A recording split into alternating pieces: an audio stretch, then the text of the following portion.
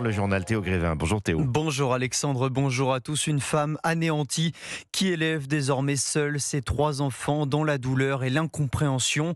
Vous entendiez hier sur Europe 1 le témoignage de la veuve de Nessim Randan. Ce chauffeur VTC tué d'une balle dans la tête fin 2024 à Marseille.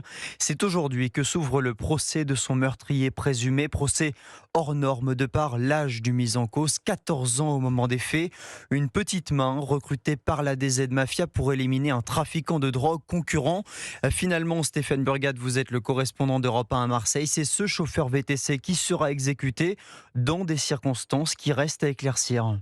Au mauvais endroit, au mauvais moment, pour subvenir aux besoins de sa famille, ce père de 3 enfants cumulait plusieurs emplois, dont celui de chauffeur Bolt. Et cette nuit-là, il accepte une course comme une autre, rappelle l'avocate de la famille Anne Santana-Marc. Un jeune mineur qu'il a appelé au milieu de la nuit. Au bout de quelques minutes, le mineur lui a demandé de faire plusieurs arrêts. Peut-être parce qu'il a deviné les intentions de l'adolescent, Nessim Randan refuse de s'arrêter et le paie de sa vie. Abattu d'une balle dans la tête, le véhicule part s'encastrer contre un mur. Le tireur se cache, mais il est dénoncé par son commanditaire, un détenu se revendiquant de la DZ Mafia qui appelle les forces de l'ordre et livre son tueur à gages, âgé de 14 ans à peine. Procès hors norme qui pose de nombreuses questions, selon maître Anne Santana-Marc. Comment comprendre en fait qu'un mineur de 14 ans soit mis en cause pour des faits d'homicide volontaire? On voit et l'actualité nous prouve qu'il y a une problématique aujourd'hui avec nos jeunes. Un adolescent déjà inquiété dans d'autres affaires de moindre ampleur est placé en foyer depuis ses 9 ans après l'implication de ses 2 parents dans des affaires de stupéfiants.